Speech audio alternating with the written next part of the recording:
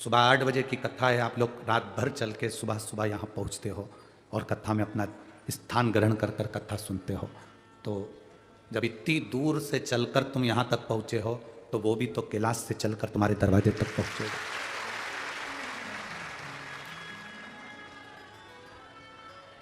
इतना दे देता है मेरा बाबा कि तुम्हारी धीरे धीरे धीरे धीरे तुम कथा सुनने का समय भी तुम्हारे पास नहीं रहता। जितने टीवी पर कथा सुन रहे हैं वो भी अंदाजा लगा लेना, कथा के पहले का समय निकाल कर देखना कितने फुर्सत में थे। और कथा सुनते सुनते 6 महीना 8 महीना 1 साल 1.5 साल हुआ और अब अंदाजा लगा कर देखना कि तुम्हारी व्यस्तता बाबा ने कितनी बढ़ा दी। तुम्हारे पास में फुर्सत नहीं मिल पा रही है, इतने व्यस्त हो, इतने व्यस्त।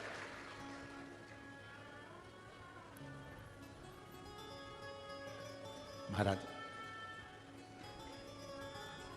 इसीलिए जब हारने लगो, जब तुम्हारी हार तुम्हें लग रहा है कि अब मैं बहुत तकलीफ में दुखी और हार हो रही है, तब घर में से जल लेकर 1 लोटा पानी भरकर, वो भरा हुआ जो घड़ा होता है वो हमको एनर्जी देता है, बल देता है। इसलिए आज भी घर से निकलते समय भरे हुए घड़े का दर्शन किया जाता है, मंगल होता है, शुभ होता है। घर में अंदर जाते समय भरे हुए घड़े का दर्शन किया जाता है क्योंकि वो शुभ होता है। 1 लोटा जल भरकर जब हम भरा हुआ पानी रोज हाथ में लेंगे ना, जिस लड़के की नौकरी ना लग रही हो, जिस बेटी का संबंध ना हो रहा हो, जो बीमारियों में ग्रसित हो गया, तकलीफों में भरा हुआ है, बहुत कष्टों में जिंदगी जी रहा है, वो भी अगर 1 लोटा जल हाथ में भरा हुआ लेना प्रारंभ कर दे, क्योंकि अभी तक हम अपने पास में जो लेते थे वो अपने लिए भरा हुआ पानी का गिलास लेते थे, खाली गिलास लेते थे, खाली बर्तन लेते थे, खाली भांडा लेते थे। पर भरा हुआ गिलास जब सुबह सुबह तुम्हारे हाथ में आएगा तो तुम्हारी भी लाकर अलमारी खाली रहने वाली नहीं है, वो भी भरा की है। एक लड़की यहाँ पर बैठी है या उसकी माँ यहाँ आई होगी, उस बेटी का शरीर, उंगलियां, नसें, शरीर, चेहरा फट जाता था, जिसमें से ऐसा लगता था जैसे ब्लड मार दी और उसमें से ब्लड निकलना चालू हो जाता था।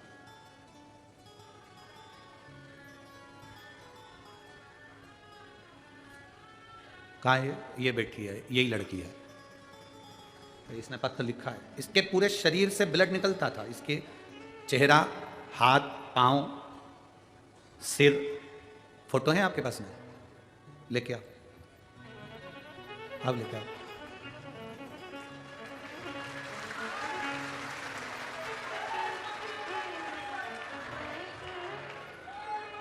इसके शरीर का इलाज, इस बीमारी का इलाज पूरे भारत में ऐसा कोई हॉस्पिटल नहीं जिसमें नहीं कराया इस लड़की ने। आखिरी में इस लड़की ने फिर श्रीमती नवनीत जी राणा, सांसद महोदय, नासिक धुलिया, अमरावती, उस जगह पर उनसे भी प्रार्थना करी और वहाँ बैठकर कथा का रसपान किया। नासिक की कथा में भी इस बेटी ने कथा का रसपान किया और उस बेटी ने लिखा है, मेरे सारे फोटो लेकर आई हूँ गुरुजी, जो नासिक की कथा के पहले के थे, और मैंने संकल्प लिया था जब तक बाबा मुझे ठीक नहीं करेगा तब तक मैं कथा नहीं छोड़ूंगी। आज मेरे बाबा ने मुझे पूरा ठीक कर कर भेजा। इन फोटो को मैं आस्था चैनल के माध्यम से ला बेटा,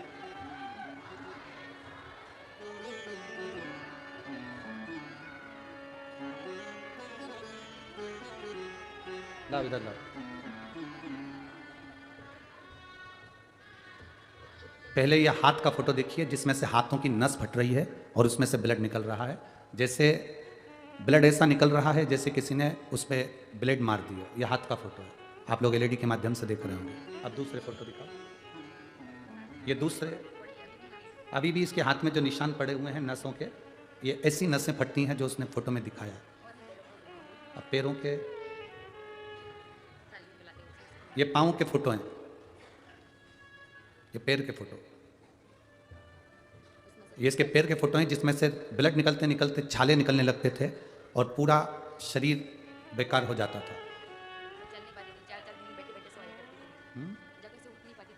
इसको माइक दो जरा बच्ची को, ये माइक दो।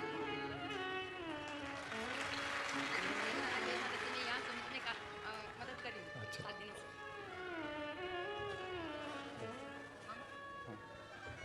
4 दिन बैठे बैठे सोया करती थी, रात रात तक मैंने बैठकर सोई हूँ।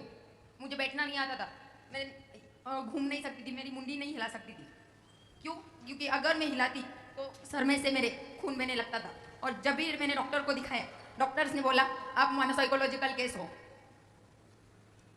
बाबा की कृपा का ये बहुत आप बड़ा, अपने हाथों से करते हो, ऐसा डॉक्टर बोलते थे मुझे। पर कृपा शिव की है बेटी। बाबा ने आपको ठीक करा, ये बाबा का बहुत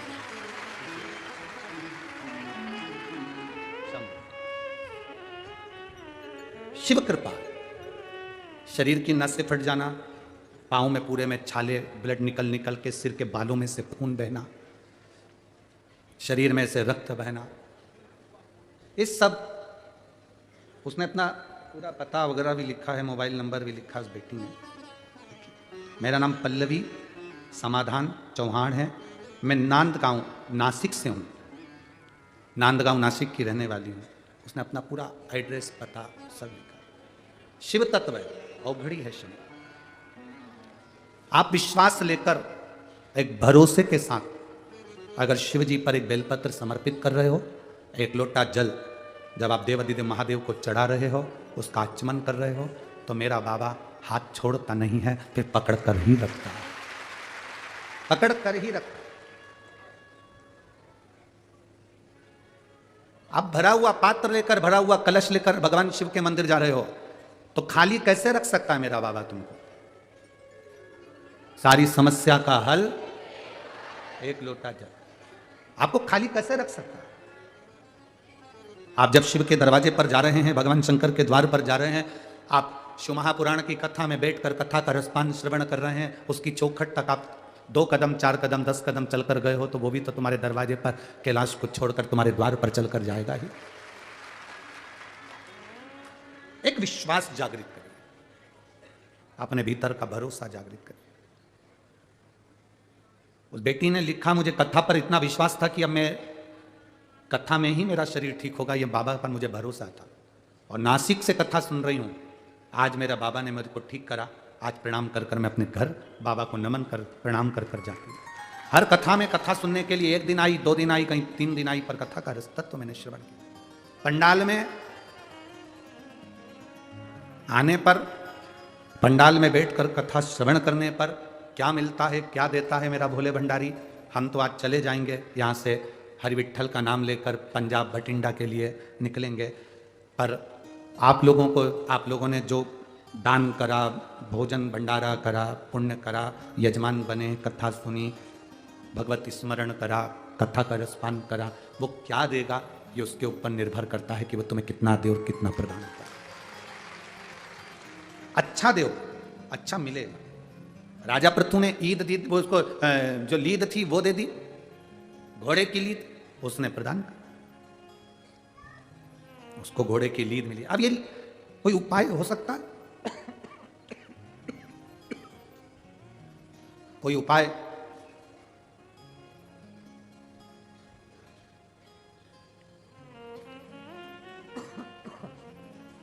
ऐसा कोई उपाय जिससे एक घोड़े की लीद मुझे खाना ना पड़े? राजा पृथु पूछ रहे हैं संत से कि ये घोड़े की लीद मुझे ना खाना पड़े, इसका कोई उपाय है?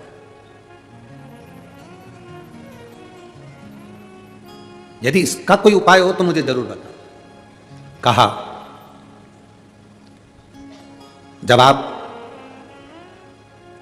राजभवन में जाएं और आपके नगर के लोग यदि आपकी बुराई करें, आपके लिए अपशब्द कहें, निंदा करें, तो आपका पाप उनके खाते में चला जाएगा। आप फिर लीद नहीं खाओगे, वो घोड़े की लीद उनके हिस्से में चली जाएगी जो आपकी निंदा करते हो। आपको कितना बुरा लगता है? संसार में जन्म लेने वाले मनुष्य को कोई निंदा कर दे, कोई अपशब्द कह दे तो बुरा लगने लगता है ना। उस समय पर आपको प्रसन्न होना चाहिए कि आपके पाप का आधे से ज्यादा हिस्सा उसके खाते में चला गया है। आपको यह प्रसन्नता होना चाहिए कि आपका आधे से ज्यादा पाप का हिस्सा दूसरे के खाते में पहुंच गया। गाली देने वाले को क्या लगता है, उसने गाली दे दी तो वो बड़ा बन गया, अपशब्द कह दिया तो बड़ा बन गया? नहीं। मेरे हरि विट्ठल की ये पवित्र भूमि से चंद्रभागा मां के पवित्र चरणारविंद का रस तत्व ग्रहण कर शिव महापुराण की कथा कहती है, गाली देने वाला ये कभी ना सोचे, अपशब्द कहने वाला ये कभी ना सोचे कि तू गाली बककर बड़ा हो गया, बल्कि ये विचार करना जिसको तूने गाली दी है, जिसको तूने अपशब्द कहा है, उसके सारे पापों को तूने अपने अंदर भर लिया। उसके सारे पाप, उसके सारे जितने भी दोष हैं, उस दोष को तूने अपने अंदर प्रवेश कर लिया। प्रेम की जो वाणी है, अच्छी जो वाणी है, वो जीवन का एक सुख देने वाली है। एक सेठ जी बड़े कंजूस थे, बहुत कंजूस, कभी कोई दान पुण्य करते ही नहीं थे, कोई दान नहीं, कोई पुण्य नहीं। आज बेटे को बिठाकर चले गए घर भोजन करने के लिए, इतने में एक संत आ गए। संत ने आवाज लगाई। वो संत का नियम था, सबके दरवाजे से एक एक चीज लेते थे, कहीं से आटा लेते थे तो कहीं से चावल लेते थे, कहीं से सब्जी लेते थे तो कहीं से कुछ ले लेते। एक दुकान वाले के पास में गए, इसी सेठ जी के दरवाजे पर गए, इसका लड़का बैठा था, उससे कहा भैया हमको थोड़ा सा नमक दे दो, हमको थोड़ा सा नमक दे दो। लड़के ने डब्बा खोला, नमक निकाल कर दे दिया। सेठ जी के यहाँ के नमक लेकर चले गया। संत शंकर जी का भक्त था, शिव का उपासक था, शिव के बिना एक मिनट नहीं रहता था, शंकर को भोजन कराए बगैर भोजन नहीं करता था, शिव जी को जल चढ़ाए बगैर जल नहीं पीता था। संत गए, भोजन बनाया और भोजन बनाने के बाद भगवान को भोग लगा दिया, महादेव जी को। साहूकार गया अपनी दुकान पर और बेटे से पूछा, क्यों बेटा, क्या क्या बेचा? बेटे ने कहा मैंने ये बेचा, ये बेचा। और एक संत आए थे, नमक मांग रहे थे, यहीं नदी के तट पर रहते हैं, यहीं नदी के तट पर रहते हैं। अरे वो तो रोज का काम है उसका, तो मांगना, रोज का काम है उसको मांगना। अपने गांव के ही तो संत है, हाँ रोज मांगने आता है वो तो, थोड़ा थोड़ा सामान। आज क्या मांग के ले गया? नमक मांग के ले गया, दे दिया। हाउ, कौन से डब्बे में से दिया? इस डब्बे में से दिया। जैसे ही कहा इस डब्बे में से दिया, साहूकार की आंख में जल भर गया। वो डब्बे में नमक नहीं था, उसमें जहर था। जहर? बेटा तूने गलती कर दी। साहूकार दौड़ा संत के दरवाजे पर। संत ने तो भोजन बनाकर महादेव को भोग लगा दिया था। महादेव को भोग लगाकर संत भोजन की थाली लेकर पहला रोटी का टुकड़ा तोड़ा ही था, इतने में साहूकार पहुंच गया। बाबा जी, हाथ जोड़कर निवेदन है, आप इसको मत पाओ, ये भोजन में जहर है। मेरे लड़के से गलती हो गई, नमक की जगह जहर उसने दे दिया। उसको मालूम नहीं था, पहली बार दुकान पर बैठा था, पहली बार दुकान पर बैठा था, उससे गलती हो गई। बाबा क्षमा कर दो। नहीं, मेरे महादेव को मैंने भोग लगाया है, अब तो मैं इसको खाऊंगा। जब मेरा महादेव खा गया तो मैं कैसे रह सकता हूं? रोटी का टुकड़ा तोड़कर सब्जी के साथ उस संत ने खाया। साहूकार को लगा अगर मर गया तो मेरे माथे आएगा, मैं यहीं बैठ जाता हूं। अगर इसके थोड़ा भी इसको घबराहट होगी, चक्कर आएंगे, नीचे गिरेगा, तो मैं इसको उठाकर वैद्य जी के पास ले जाऊंगा, डॉक्टर के पास ले जाऊंगा। संत बैठ गया। संत ने भोजन करा, विश्राम करा, साहूकार वहीं बैठा रहा। पूरी रात साहूकार जागता रहा, संत सोते रहे। सवेरे संत उठे, अपनी नित्य क्रिया करने के लिए जाने लगे। साहूकार को लगा संत के प्राण बच गए। साहूकार भगवान शंकर को प्रणाम करने के लिए गया मंदिर में। बाबा आपने बड़ी करुणा करी, जो संत के प्राणों को बचा लिया। ऐसा कहने के लिए वो मंदिर के अंदर शिवलिंग के सामने जैसे पहुंचा, शंकर भगवान के शिवलिंग के सामने पहुंचकर क्या देखता है कि शंकर जी के शिवलिंग के 2 टुकड़े हो गए थे, शिवलिंग टूट गया। गले में डाला हुआ रुद्राक्ष, घर के मंदिर में रखी हुई शिवलिंग, कुबेरेश्वर धाम से लाया गया कंकर, अगर बीच में से टूट जाता है, थोड़ा थोड़ा करके खिर जाता है, तो समझ लेना कि कोई बहुत बड़ी समस्या आई थी और भोलेनाथ ने अपने ऊपर झेल ली। रुद्राक्ष, शंकर भगवान का शिवलिंग, तुम्हारे घर में रखा हुआ शिवलिंग, रुद्राक्ष, तुम्हारे गले में पड़ा हुआ रुद्राक्ष हो, घर में रखा हुआ रुद्राक्ष हो। इसीलिए हम बार बार कहते हैं कि अगर इस पृथ्वी पर रह रहे हो, इस भूमंडल पर रह रहे हो, तो अपने गले में एक रुद्राक्ष अवश्य धारण करो, वो तुम्हारे कवच है, बाल बांका नहीं होने दो। लोग जब बीमार हो जाते हैं, बहुत बड़ा रोग आ जाता है, तब रुद्राक्ष पहनते हैं। तकलीफ आती है तब रुद्राक्ष पहनते हैं, दुख आता है तब रुद्राक्ष पहनते हैं। अरे भाई, सबको मालूम है दिसंबर जनवरी फरवरी में ठंड आती है तो घर में जो गर्म कपड़े होते हैं ना, वो पहले से निकाल लिए जाते हैं। बोलो निकालते कि नहीं निकालते? क्या अपन निकाल लें? पहनेंगे, बच्चों को पहनाना पड़ेंगे, गर्म कपड़े निकाल के रखो।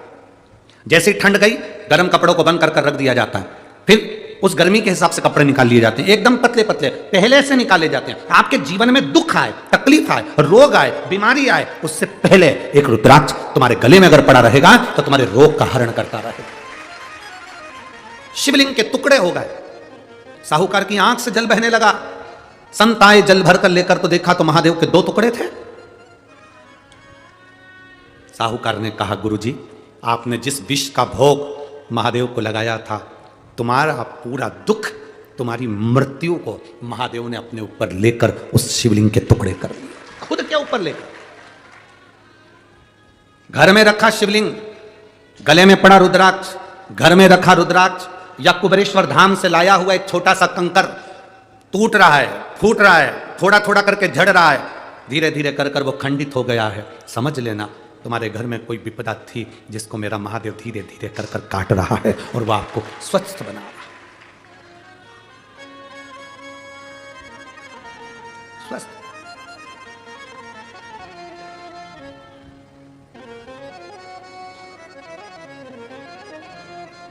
सीहोर का जो रुद्राक्ष होता है, लोग हमसे कहते हैं उसमें ऐसा क्या है। हम कहते हैं आप लोग उसको वापर कर जरूर देखना। पैसे से खरीदा हुआ नहीं, सीहोर के कुबेरेश्वर धाम पर जाकर हाथ में मांग कर, उसके दरवाजे से कंकर संकर पूछ कर एक रुद्राक्ष जो तुम लेकर आते हो। कई लोग ऐसे मिलेंगे सीहोर के नाम से रुद्राक्ष बेचेंगे, सीहोर का रुद्राक्ष बेचेंगे, सीहोर का रुद्राक्ष ले लो 200 का, 500 का, 1000 का। आप सीहोर भी आएंगे तो बहुत सारे ऐसे नकली मिल जाएंगे जो तुमको अपने घर से ही करेंगे, हमारे पास तो सीहोर के वहीं कुबेरेश्वर धाम का रखा, हम तो खुद सीहोर में रहते, महाराज के यहीं से लेके आए, लो ले लो। पूरे सीहोर में तुम कहीं पर भी ठहरोगे सब कह देंगे हमने तो कुबेरेश्वर धाम से लेकर आए, लो हमसे ले लो रुद्राक्ष, रख लो, 500 1000 हमको ही दे दो, लो रख लो। पर कुबेरेश्वर धाम का रुद्राक्ष ना तो कहीं ले जाया जाता है ना कहीं भेजा जाता है, उसका कोई शुल्क नहीं है, वो निःशुल्क है। जब आप लेकर जाते हो, दुनिया के सारे रुद्राक्ष को रोज पानी में गलाना, बदबू मारने लगेगा, बीच में से टूट जाएगा। कुबेरेश्वर धाम का रुद्राक्ष जितना जितना पानी में तांबे के कलश में रोज गलता है, उतनी उतनी उसमें सुगंध आने लगती है, और जो चढ़ा हुआ पानी पियोगे उसमें एक अलग सी गंध आने लगेगी, उसमें एक आनंद आने लगेगा, उसका बल है। रुद्राक्ष महाउत्सव लोग कहते हैं ये रुद्राक्ष उत्सव है, हम कहते हैं रुद्राक्ष उत्सव नहीं, ये मेरे बाबा के रुद्राक्ष का जो पूजन होता है, वहां अभिषेक होता है, अनुष्ठान होता है, उसका फल उसके अनुकूल रहता है। इसलिए सीहोर के रुद्राक्ष को कहीं सिद्ध नहीं करना पड़ता, बस वहां के लेके आए पहन लो, क्योंकि वो रुद्राक्ष उत्सव में आप रूप सिद्ध है। आप रूप शिवलिंग के टुकड़े हो गए, शिवलिंग टूट गया। साहूकार की आंखों में जल था, संत की आंखों में जल था, मेरे बाबा ने मेरा पूरा दुख अपने ऊपर झेला। महाराज, आज कथा का विराम दिवस है। भगवान देवाधिदेव महादेव की पवित्र कथा पंढरपुर की पवित्र भूमि पर चंद्रभागा मां के तट पर चल रही है। जिसको जहां जगह मिले वहां बैठकर प्रार्थना करना, बाबा आपके हमारे सबके दुखों को काटें। आज 31 भी है, 2023 का विराम और 2024 की शुरुआत एक हृदय के साथ करिए। सब बाबा के नाम का उच्चारण बड़े भाव के साथ में, बड़े हृदय के साथ में भाव से करेंगे। श्री शिवाय नमस्तुभ्यं, श्री शिवाय नमस्तुभ्यं, श्री शिवाय नमस्तुभ्यं, श्री शिवाय नमस्तुभ्यं, श्री शिवाय नमस्तुभ्यं। भोला सब दुख काटो हमारा, ओ भोला सब दुख काटो हमारा। शिव शंकर जपो तेरी माला, भोले बाबा जपो तेरी माला। भोला सब दुख काटो हमारा, ओ भोला सब दुख काटो हमारा। वेश है मंगल मंगलकारी, वैश्य है मंगलकारी, शमशानवासी हमारा, शमशानवासी हमारा। ओ भोला सब दुख काटो हमारा, ओ भोला सब दुख काटो हमारा। भगवान शिव की कथा कर रही है, भगवान शंकर का संवाद कर रहा है, शिव महापुराण की कथा वर्णन कर रही है। आपने शिव जी को समय दिया है, अपने व्यस्त समय में से निकाल कर ये समय शिव महापुराण की कथा को जो दिया है, यही जो समय आपने देवादिदेव महादेव को दिया, देवादिदेव महादेव को जो समय दिया है, दुख की घड़ी में, तकलीफ की घड़ी में, कष्ट की घड़ी में देवादिदेव महादेव तुम्हारे पास में, तुम्हारे साथ में कदम से कदम मिलाकर खड़ा है। बोल बम का नारा है, बाबा एक सहारा। आपको लगता होगा कि शिव कथा केवल शिव कथा है, आपको लगता होगा कि शिव कथा केवल शिव कथा, जैसे और कथा होती हैं, भागवत कथा होती है, राम कथा होती है, हरि पाठ होता है, गीता कथा होती है, गीता पाठ होता है, देवी भागवत होती है, विष्णु पुराण होती है। आपको लगता होगा ऐसी है शिव पुराण की कथा है। ये केवल कथा नहीं है, इसको आप केवल कथा मत लेना। आप ये ना सोचना कि जैसे भागवत कथा होती है, राम कथा होती है, देवी कथा होती है, गीता जी होती है, हरि पाठ होता है, ऐसी ये कथा है। कथा नहीं है, ये पोलियो की दवा है।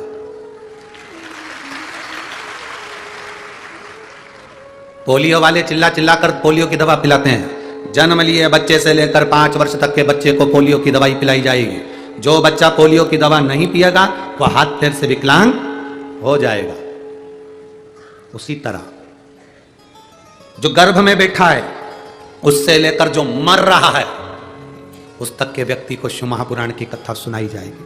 पोलियो की दवा नहीं पियोगे तो हाथ पैर से विकलांग हो जाओगे। शिव महापुराण की कथा नहीं सुनोगे तो आसक्ति, काम, लोभ, वासना, तृष्णा से विकलांग हो जाओगे। तो सुनो,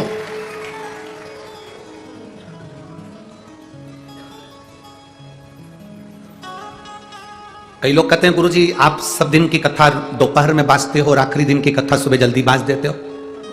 कारण हमारा केवल एक ही निवेदन रहता है, सुबह की कथा बांचने का क्रम इसलिए तुम्हारे पति दुकान पर बैठते हैं, ऑफिस जाते हैं, अगर आखिरी दिन की कथा में वो सुबह दुकान खोलते होंगे 9 बजे 10 बजे, तो उनसे आखिरी दिन की कथा में आप कह सकती हो कि 11 बजे के बाद दुकान खोलना, एक दिन की कथा तुम भी बाबा के धाम में जाकर सुनो, तुम भी श्रवण करो, तुम भी अपने जीवन में उतारो, तुम भी इस कथा का रिस्पान अपनी जिंदगी में इसको भी धारण करो। रोज तो तुम 9 बजे 8 बजे दुकान खोल ही लेते हो, 10 बजे दुकान खोल ही लेते हो, पर एक दिन 1-1.5 घंटा लेट सही। दवा मिली है इसको पी लो, औषधि मिली है इसको ग्रहण कर लो। पुलिस की ड्रेस को देखकर चोर भाग जाते हैं, भागते कि नहीं भागते?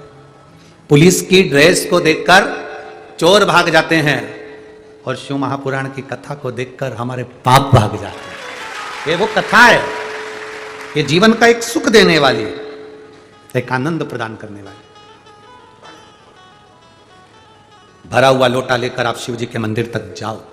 तारकासुर के 3 बेटे तारकाक्ष, विदुमाली और कमलाक्षकी ने जो उपद्रव मचाया था, उन उपद्रवों को शांत करने के लिए भगवान शिव ने पशुपतिनाथ का अवतार लिया था।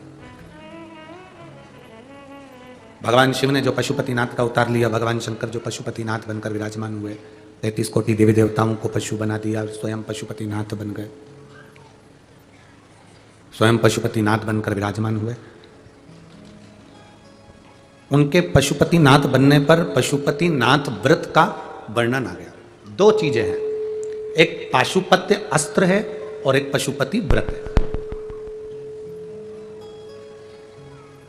एक पाशुपत्य अस्त्र है और एक पशुपति व्रत है। पशुपत्य अस्त्र राम जी के पास था, भगवान कृष्ण के पास था, भगवान विष्णु के पास था। पाशुपत्य अस्त्र सारे देवताओं के पास में, जिन्होंने बहुत भगवान शिव की आराधना करी, साधना करी, तप करा, उनकी आराधना में लीन रहे, उनको भगवान ने पाशुपत्य अस्त्र दिया। अब इतने सारे मनुष्यों को पाशुपत्य अस्त्र तो भगवान दे नहीं सकते, क्योंकि इतना सारा तप तो अपन लोगों ने नहीं करा, इतनी सारी आराधना तो अपन ने नहीं करी। हाँ, पंढरपुर वालों को दे सकते हैं, क्योंकि वो चंद्रभागा माता के तट पर रहते हैं। वारकरी जो आते हैं हरि विठ्ठल पांडुरंग का नाम लेकर, रामकृष्ण हरि का नाम ले लेकर जो यहाँ पहुँचते हैं, उनका दर्शन करते हैं। तो यहाँ थोड़ा डीले कम करके आवाज़ खोलो। भगवान यहाँ उनको इसलिए, यहाँ भले वो पाशुपत्य अस्त्र दे, देवताओं के पास में पाशुपत्य अस्त्र है और मनुष्य के पास में पशुपति व्रत है। ये वो व्रत है जो पाशुपत्य अस्त्र जो राम जी के पास था, जो भगवान कृष्ण के पास था, जो हरि भगवान विष्णु के पास था, उस पाशुपत्य अस्त्र के बराबर एक पशुपति व्रत होता है। एक पशुपति व्रत पाशुपत्य अस्त्र के बराबर हो। एक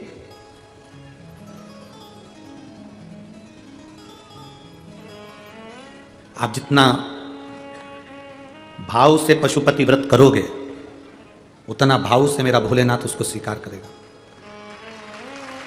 आज के जमाने में पशुपति व्रत लोग दिखावे से भी बहुत करने लगे, और नए नए लोग, अब महाराज उन तो व्यासपीठ से उन्होंने कह दिया पशुपति व्रत करना है तो 2 बार स्नान कर लो, 3 बार नहा लो, फिर ऐसा करो। फिर कहीं के महाराज ने कह दिया कि मीठा ही मीठा खा लेना, फिर किसी ने कह दिया ऐसा ही ऐसा कर लेना, तुम तो बस ऐसा धारण करो। ना ना, पशुपति व्रत को ढोंग मत बनाओ, प्रपंच मत बनाओ, और इसको ढोंग ढकोसला मत बनाओ। पशुपति व्रत बिल्कुल सीधा व्रत है। किसी भी 5 सोमवार को कर लो, बीच में रजस वाला धर्म आ गया तो उस सोमवार को छोड़ दो, अगला सोमवार कर लेना। कहीं जाना पड़ गया, छोड़ दो, अगला सोमवार कर लेना। कोई 30 त्योहार पड़ गया, छोड़ दो, अगला सोमवार कर लेना। तुम्हारा कोई व्रत पड़ गया, एकादशी वगैरह, छोड़ दो, अगला व्रत कर लेना। पशुपति व्रत 5 होते हैं, किसी भी सोमवार से चालू कर सकते। देव सो रहे हैं तो क्या हम पशुपति व्रत चालू कर सकते हैं? मलमास चल रहा है तो क्या हम पशुपति व्रत चालू कर सकते हैं? अभी हमने कोई से पूछा था तो वो कह रहे थे ये बेकार महीना है कि तो हम पशुपति व्रत चालू कर सकते हैं, और बेकार महीने में मर गए तो?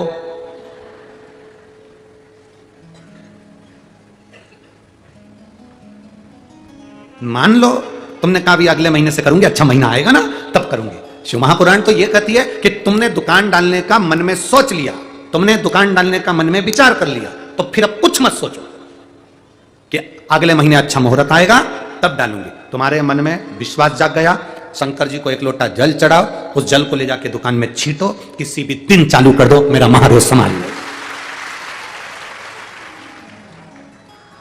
काल करे सो आज कर, आज करे सो अब, पल में प्रलय हो जाएगा, शिव नाम जपेगा कब? जलने वाले, ईर्ष्या करने वाले, बोलने वाले सब बोलते रहेंगे, कहते रहेंगे अभी कोई मुहूर्त है, अभी कोई मुहूर्त है, सब कहते रहेंगे मुहूर्त, मुहूर्त का इंतजार करते रहोगे। राम जी महाराज का मुहूर्त था, कल राजा बनने वाले थे, और रात भी पूरी नहीं निकली, और रात कोई सूचना दे दी गई कि 14 वर्ष वनवास जाना पड़ेगा। इसलिए मुहूर्त का इंतजार मत करो। जिस दिन तुम भगवान का नाम लेकर दिल से श्री शिवाय नमस्तुभ्यम बोलकर जिस दिन तुम मुहूर्त करोगे, उस दिन तुम्हारा मुहूर्त सफल होगा। शिव है तुम्हारे।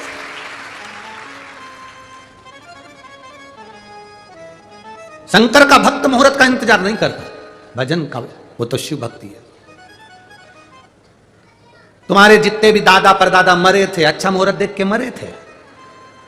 अरे बोलो तो जम के, अच्छा मुहूर्त देखकर बच्चा जन्म ले सकता है ऑपरेशन से, क्योंकि आजकल डॉक्टर कह देते हैं तुम बताओगे हम उस तारीख को डिलीवरी करा देंगे, कितनी बजे कराना उस तारीख को करा देंगे।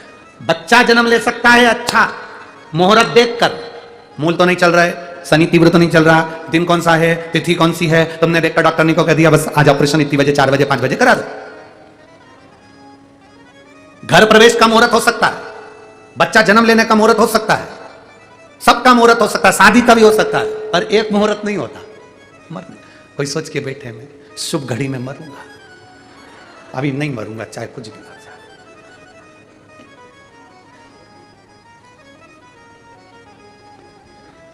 उसके यहाँ के मुहूर्त 24 घंटे खुले रहते हैं। तू जब आएगा वेलकम, जब आए, मेरा घर तेरे लिए खुला है। खुला। कई लोग कहते हैं गुरुजी शिव, एक पत्र है,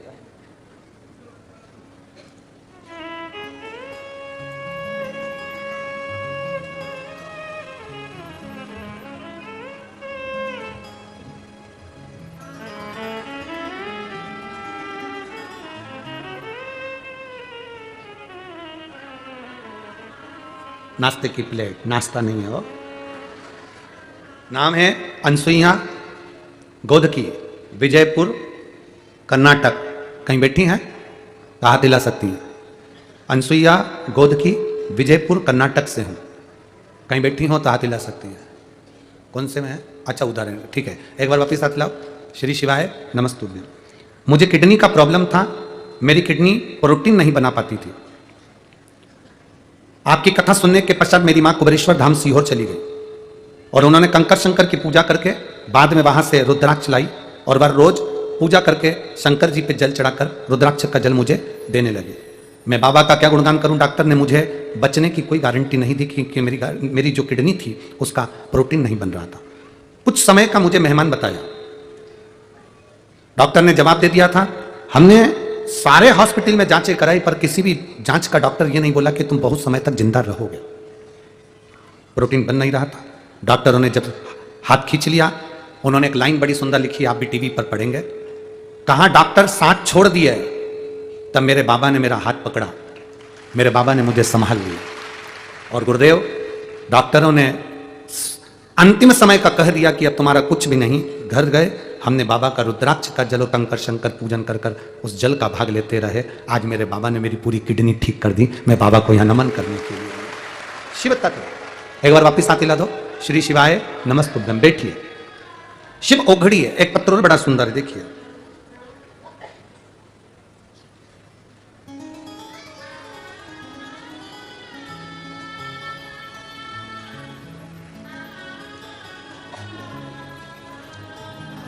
मेरा नाम भक्ति बाबा साहेब पंचाल, तालुका भूम, जिला धाराशिव, महाराष्ट्र।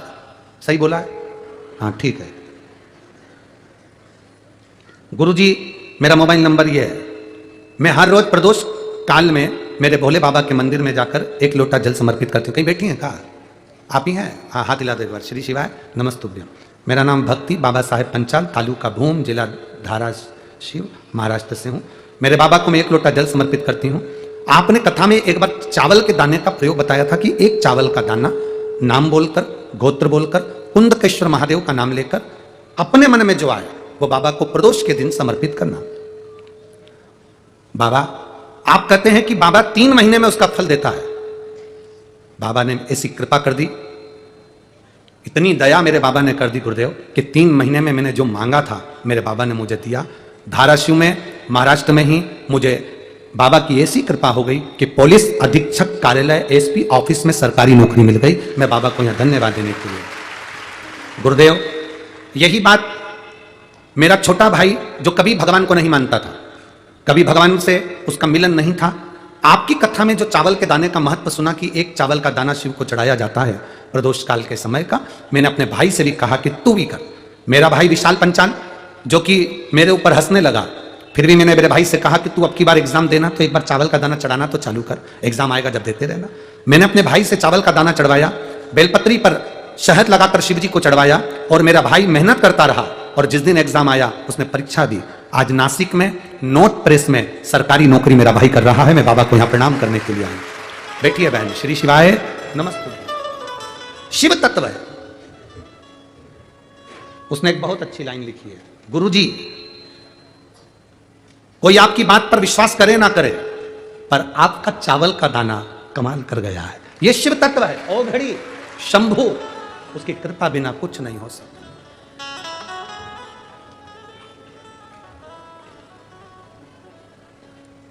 अरे भाई ये तो शिव की करुणा से ये शिव महापुराण की कथा आपको और हमको मिल जाती है और आप और हम सुन लेते हैं। देने वाला तो देव अधिदेव महादेव है, वो देता है। उसकी भक्ति के बिना कुछ मिल पाना सरल। हमारे बीच में पंढरपुर के ही क्षेत्र के पालक मंत्री जी माननीय पाटिल जी यहाँ पधारे हैं। एक बार जोरदार ताली बजाकर उनका स्वागत।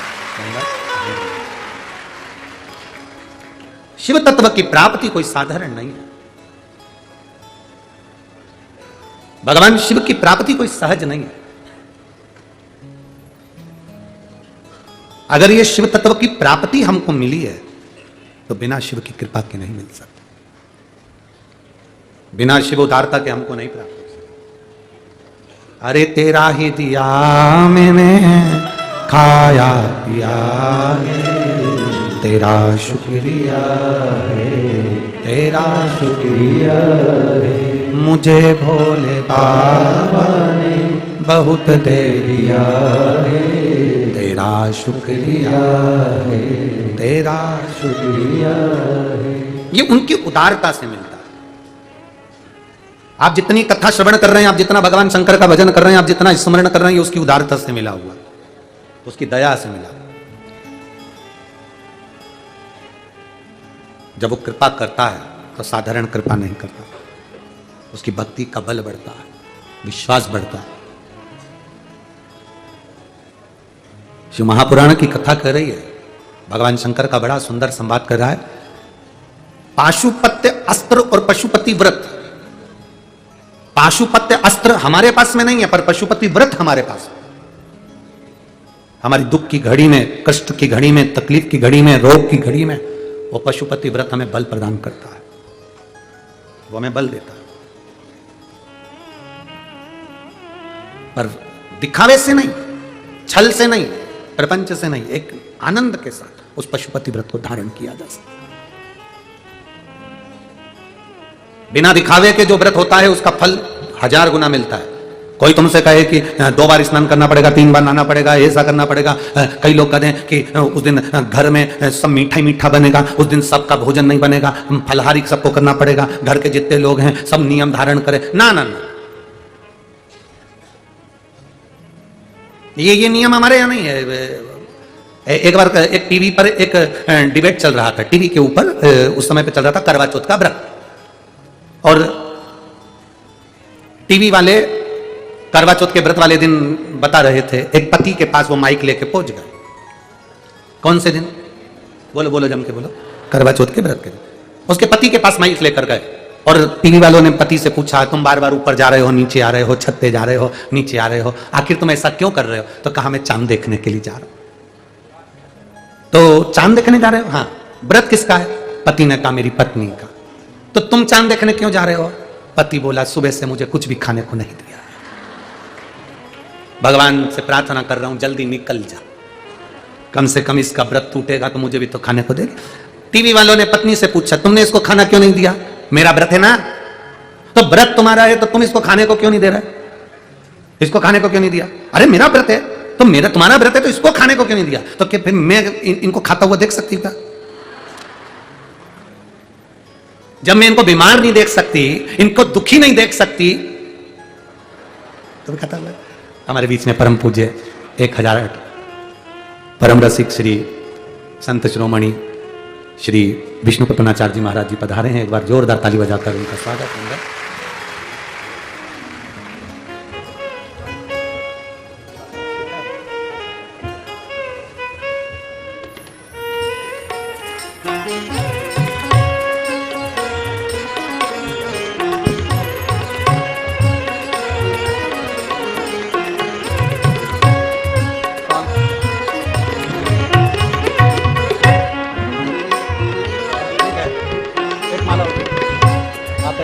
बहुत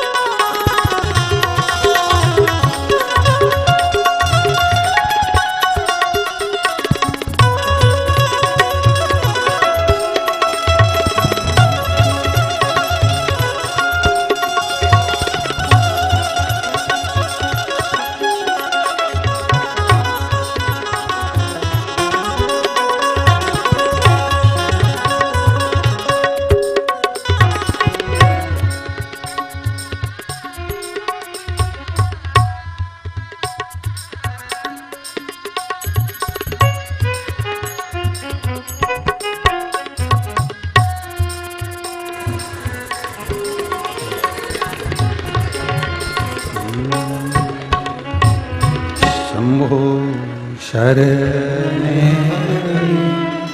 मांगू घड़ी रे दुख काटो। समीर समीर उनको जाना है। शंभो शरणे मांगू घड़ी रे घड़ी दुख काटो। दया दर्शन दया करीन दर्शन। शिव कथा कर रही, भगवान शंकर का संवाद कर रहा है। पशुपति व्रत में कोई दिखावा नहीं है। पशुपति व्रत के अंदर कोई दिखावा नहीं, सारे दिखावों से दूर है पशुपति। कितने दिए लगते हैं? जम के बोलो जरा। 6।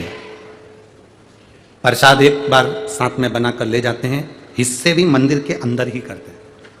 6 दिए जमीन पर रखना होते हैं, प्रसाद के 3 हिस्से भी जमीन पर कागज में, दोने में, प्लेट में रखना चाहिए। कितने दिए जलाना चाहिए? 5। सबसे पहले दिया 5 जलेगा, प्रसाद के 3 हिस्से हो जाएंगे, 5 दिए जल जाएंगे, छठा दिया भी उसके पास में रखा रहेगा। आप शिव जी की फिर पूजन करो, आराधना करो। ऐसा नहीं कि पूरी पूजन कर ली फिर दिए जलाए। पहले 5 दिए जलाओ, 1 दिया वैसे ही रखो और प्रसाद के 3 हिस्से कर लो, फिर शिव जी की पूजन करना प्रारंभ करो। सवेरे जो तुमने पूजन की थाली लेकर गए हो वही थाली वापिस शाम को जाएगी। उस थाली को संभाल कर ढक कर रखो, वही थाली शाम को जाएगी। पूजन हुई, पहला व्रत बाबा को विनय करो। 1 दिया जो नहीं जला है उसको थाली में लेकर आओ। प्रसाद के 2 हिस्से मंदिर में छोड़ो, 1 हिस्सा अपने साथ लेकर आओ। अपने घर में जब प्रवेश करें, प्रवेश करते समय सीधे हाथ की ओर बैठ जाओ, घर की ओर मुख करो, 6ठे नंबर का दिया दरवाजे के पास में जला दो। प्रसाद जो लेकर अंदर आए हो, भोजन करने से पहले प्रसाद को, मीठे का जो प्रसाद है घर में बना हुआ, चाहे सीरा बनाओ, खीर बनाओ, तुम्हारी मर्जी पड़े जो बनाओ, पर मीठा बनाना प्रसाद। भोजन करते समय सबसे पहले प्रसाद को ग्रहण करो, फिर भोजन करो। अब उस भोजन में तुम नमकीन खा सकते हो, ऐसा मना नहीं है कि मीठा ही मीठा खाना पड़ेगा। सात्विक भोजन। जो प्रसाद लेकर आए उस प्रसाद में से किसी को हिस्सा नहीं देना। कढ़ाई में, भगोनी में जो तुमने प्रसाद बनाया था ले जाने के लिए, उसमें भी आटा नहीं छूटना चाहिए। प्रसाद उतना ही बनना चाहिए जितना मंदिर जाएगा, उतना ही प्रसाद बनाओ जितना मंदिर लेकर जाना है। कढ़ैया में छोड़कर मत जाओ। पूरा खीर ज्यादा बन गई है तो उतनी लेकर जाना पड़ेगी, हलवा ज्यादा बन गया तो पूरा लेकर जाना पड़ेगा। अगर वहां आधा छूट गया, आधा तुम लेकर जा रहे हो, तो प्रसाद के 2 हिस्से तो वहीं पर हो गए, फिर भगवान उसको स्वीकार नहीं करते। क्योंकि अगर कढ़ैया में छोड़ दिया, भगोनी में छोड़ दिया, तो आधा आधा हिस्सा तो वैसे ही उसको लेकर जाओ पूरा। वहां पर 3 हिस्से करो, 2 हिस्से बाबा को दो, 1 हिस्सा। 5वां व्रत जब आए, एक श्रीफल भेंट बाबा को समर्पित कर कर 108 चावल के दाने, मूंग का दाना, जो तुम चढ़ा सकते हो, बेलपत्र हो, फूल की पंखड़ी हो, जो बाबा को दे सकते हो वो दो। बाबा से विनती करो, आज मेरा व्रत पूर्ण हो रहा है, आप इसे स्वीकार करो। दिखावे से कोई व्रत नहीं होता। एकादशी का व्रत तुम करो और पूरे घर के लोगों को भूखा मार दो तो वो एकादशी का व्रत नहीं कहलाएगा। सोमवार का व्रत तुम करो और पूरे घर के लोगों को तुम सोमवार का व्रत करा दो अर्थात भूखा रख दो तो वो सोमवार का व्रत नहीं है। करवा चौथ का व्रत तुम्हारा और पति को भूखा रख दिया रात भर, तो क्या मतलब है सब व्रत करने से? और तुम लोग कह देती हो हम उनको दुखी नहीं देख सकते, हम उनको तकलीफ में नहीं देख सकते, हम उनको बीमारी में नहीं देख सकते, तो हम उन्हें खाता हुआ कैसे देख सकते? व्रत तुम्हारा है, तुम रखो, उसको अच्छे से खाने दो, भगवत भजन करना, स्मरण करना। दिखावे से दूर हो जाओ। जितना तुम दिखावे से दूर रहोगे उतनी अपनी जिंदगी का सुख पाओ, उतना सुख पाओ। और तेरी कृपा बिना ना हिले एक भी अणु, लेते हैं श्वास तेरी कृपा से तनु। हे गंगाधार मुक्ति द्वार ओंकार तू, भोले ओंकार तू, आयो शरण तिहारी शंभुकार तू। थोड़ा तप सकते हो, थोड़ा कष्ट जिंदगी में आ सकता है। माता पार्वती जी के भी जीवन में कष्ट आया, माता सती के जीवन में कष्ट आया। माता सती का जन्म हुआ था कोयल का, तो कोयल की जिंदगी में कष्ट आया। कोयल की योनि से छूटी तो पार्वती की योनि में आई, फिर कष्ट आया।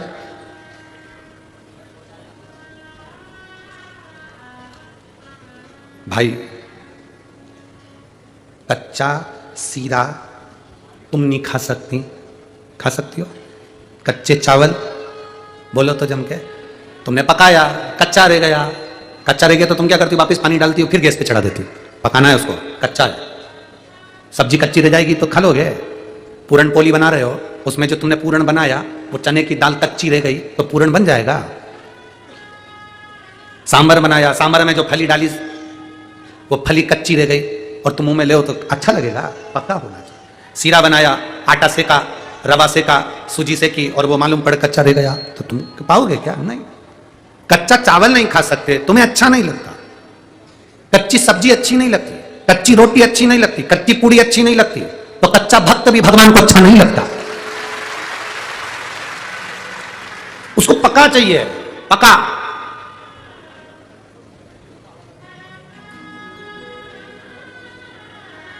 लोग कहते हैं अब जिंदगी में हम तो अब अवस्था निकल गई, अवस्था निकल गई, अब हम ओल्ड हो गए। क्या हो गए? जम के बोलो जरा, ओल्ड हो गए। शिव महापुराण की कथा कहती है, कभी अपने मुख से मत कहो कि मैं ओल्ड हो गया, बल्कि ये कहो ये दुनिया की भट्टी में तप तप कर मैं गोल्ड हो गया। काहे को ओल्ड हो गए हम? कौन कहता है कि ओल्ड हो गए? कौन कहता है कि पुराने हो गए? कौन कहता है कि बूढ़े हो गए? ये दुनिया की भट्टी में हम तप रहे हैं। काम, आसक्ति, तृष्णा, लोभ, परिवार, नाते, कुटुंब, कबीला, इसमें हमें तपन हो रही है, उसमें हम तपे हैं, उसमें हम तपे हैं, उसमें हम तप रहे हैं। हम ओल्ड नहीं हुए, हम गोल्ड हुए, चमक कर। बुजुर्गों को कभी भी यह मत समझना कि वो ओल्ड हो गए, बल्कि बुजुर्गों को यह समझो कि वो तप तप कर गोल्ड हो गए। उनके बराबर कोई नहीं हो सकता, कोई नहीं हो सकता। बच्चा बोलता है तो माता पिता को अच्छा लगता है। बोलो सही है कि गलत है? छोटा सा बच्चा बोलेगा नहीं तो माँ बाप को अच्छा नहीं लगता। कई पत्र आते हैं मेरा बच्चा नहीं बोलता, कोई कहता मेरा बच्चा नहीं बोलता। हम कहते हैं बच्चा बोलता है तो माता पिता को अच्छा लगता है। समय चला गया, बच्चा बड़ा हो गया, शादी हो गई, अब माता पिता बोलते हैं तो बच्चों को अच्छा नहीं लगता है। समय बदल गया, समय परिवर्तित हो गया, समय बदला।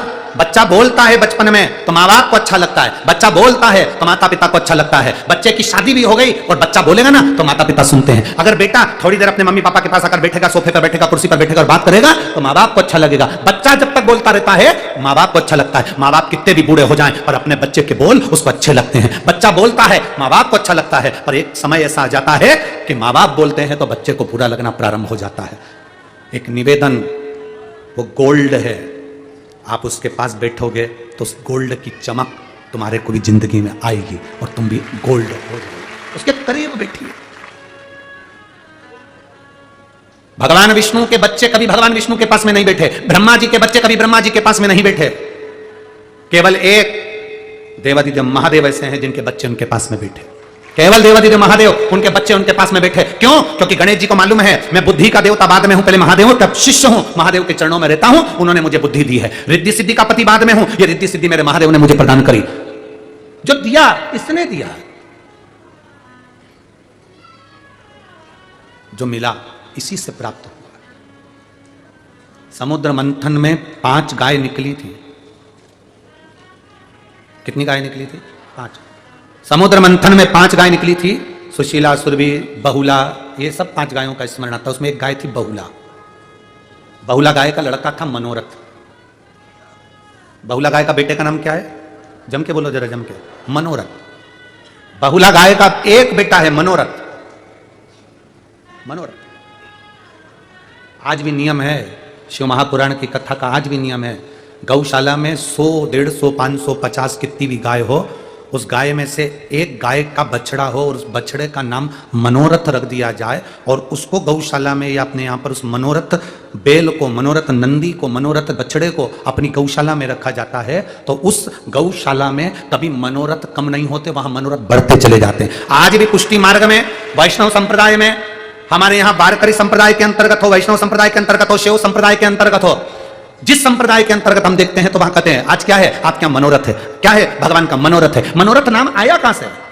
ये भगवान शंकर जब समुद्र मंथन हुआ, उस मंथन में जो 5 गाय निकली, उस 5 गाय में से एक गाय थी बहुला। उस बहुला गाय के बेटे का नाम था मनोरथ।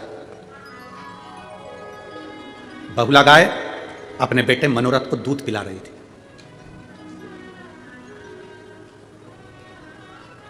जब बहुला गाय अपने बेटे मनोरथ को दूध पिला रही है, मनोरथ दूध पीते पीते उसके मुख पर फेन आ गया। बछड़ा जब दूध पीता है तो उसके दोनों मुख के साइड में फेन आ गया।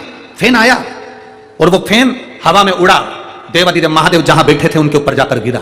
शिव जी पर जैसे फेन गिरा तो शंकर भगवान क्रोधित हो गए। क्रोधित होकर वो मनोरथ को उन्होंने देखा, उसको दंड देने के लिए भगवान शिव आने लगे। तो बहुला गाय के मन में आया कि मेरा पुत्र को शिव दंड दे देंगे, करूं क्या मैं? बहुला गाय को लगा मैं करूं तो करूं क्या। बहुला गाय ने उसी समय पर एक तेज श्वास खींची और बहुत तेज श्वास खींचकर बहुला गाय भगवान शंकर को निगल गई।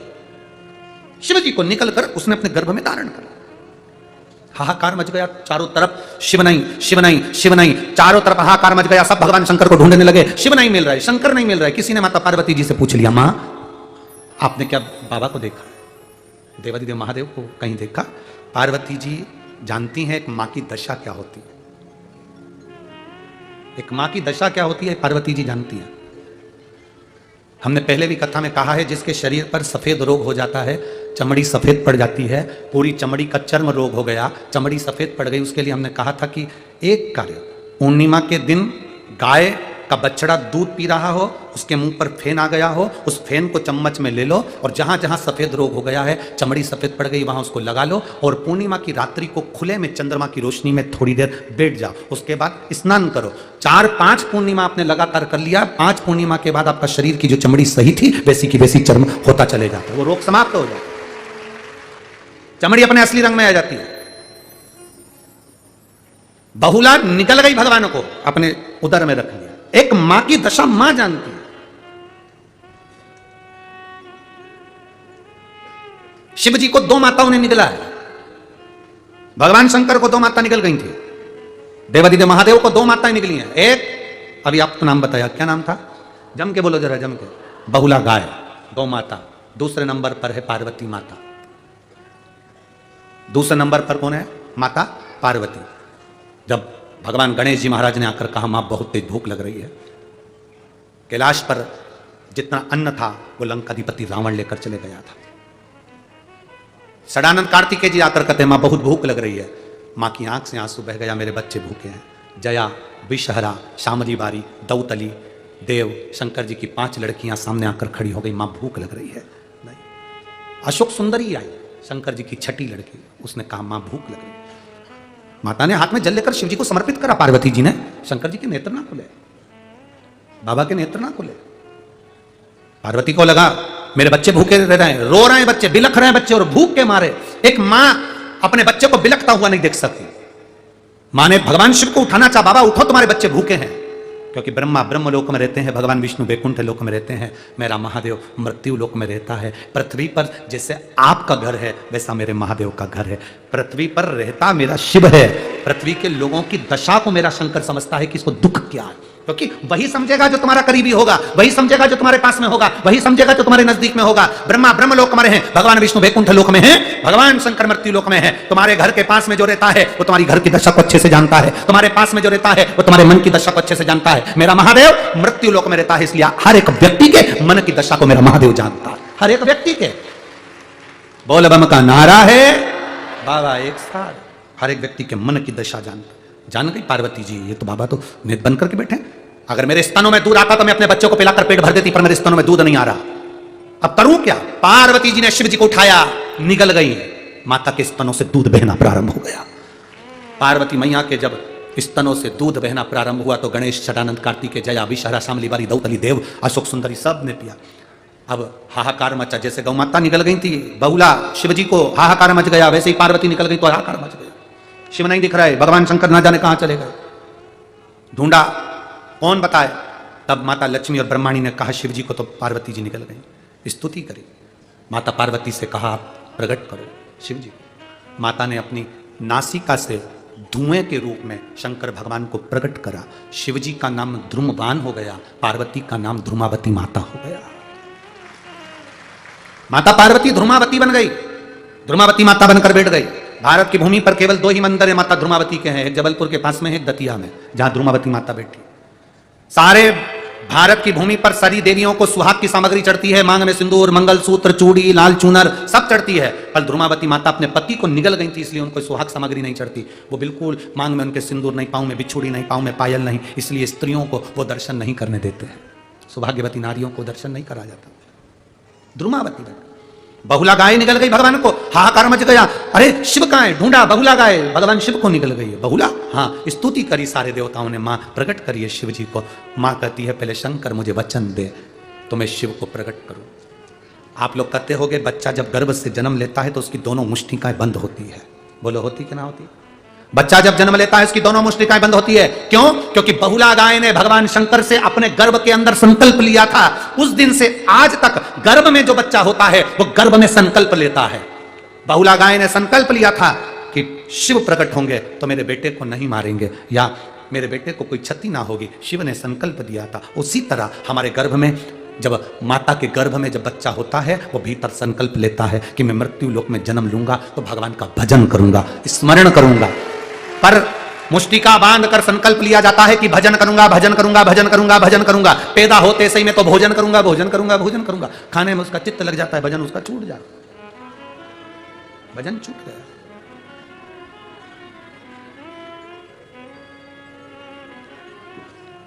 महाराज प्रकट हो गए शिव। लोग कहते हैं शंकर भगवान और नंदी में क्या अंतर है? कोई अंतर नहीं है। शिव का एक स्वरूप गाय के उदर से प्रकट होकर नंदीश्वर के रूप में प्रकटा है, वही शिव है। लोग कहते हैं हम शंकर भगवान को कुछ बात कहना हो तो किससे कहें? नंदी के कान में हमने कहा, शिव ने स्वीकार कर लिया, क्योंकि नंदी शिव का ही एक स्वरूप है, गौ माता के उदर से ही प्रकट हो गया।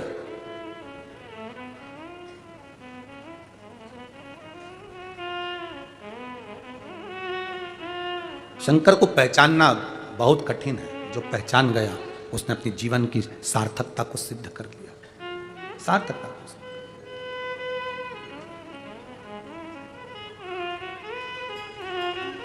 शंभो शरणे पड़ी मांगो घड़ी रे घड़ी, दुख काटो दया करी दर्शन आपो।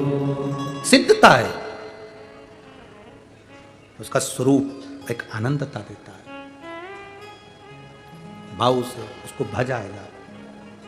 मुझे तेरा ही सहारा है मेरे भोले, कब से खड़े हैं झोली पसार, क्यों न सुने तू मेरी पुकार। कब से खड़े हैं झोली पसार, क्यों न सुने तू मेरी पुकार। मुझे तेरा ही सहारा है मेरे भोले बाबा, मुझे तेरा ही सहारा है मेरे भोले बाबा।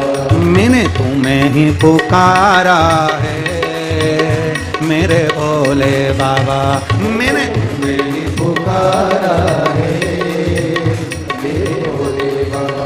मैंने तुम्हें ही पुकारा है मेरे भोले बाबा, मैंने तुम्हें ही पुकारा है मेरे भोले बाबा। अपने स्थान पर बैठकर बाबा से दिल से प्रार्थना, जहाँ जगह मिले वहाँ बैठ जाओ। जिस जगह पर आप लोग, जहाँ जगह मिल जाए वहाँ बैठकर प्रार्थना करना। आज कथा का विराम दिवस है। भाव से, भक्ति से भगवान शिव से अपने मन की बात को कहते हुए आप और हम भगवान देवाधिदेव महादेव से अपने हृदय से बाबा से प्रार्थना करें। जहाँ भी जगह मिल जाए बड़े दिल से, बड़े भाव से। बाहर जितने खड़े हैं वो भी बड़े भाव से बैठ जाओ। कार्यकर्ता जितने खड़े हैं वो भी बैठ जाओ। बार बार पंढरपुर में शिव महापुराण की कथा नहीं होगी। प्रार्थना करने के लिए सब बैठो, चाहे कार्यकर्ता हो चाहे सेवादार हो, सब बैठो। रात में जिसको आता है साथ में बोलेंगे श्री शिवा नमस्तुभ्यं, श्री शिवा नमस्तुभ्यं, श्री शिवा नमस्तुभ्यं, श्री शिवा नमस्तुभ्यं, श्री शिवा नमस्तुभ्यं। भोला सब दुख काटो भाया, ओ भोला सब दुख काटो भाया। शिव शंकर जपो तेरी माला, भोले बाबा जपो तेरी माला, भोला सब दुख काटो भाया, ओ भोला सब दुख काटो भाया। वेश है मंगल मंगलकारी, वेश है मंगल मंगलकारी। शमशान वासी हमारा, शमशान वासी हमारा, ओ भोला सब दुख काटो भाया, ओ भोला सब दुख काटो भाया। भगवान शिव की कथा कह रही है, देवाधिदेव महादेव का संवाद कर रहा है। भगवान तुमरुका जी चंचुला देवी को 12 ज्योतिर्लिंग का स्मरण करा रहे हैं।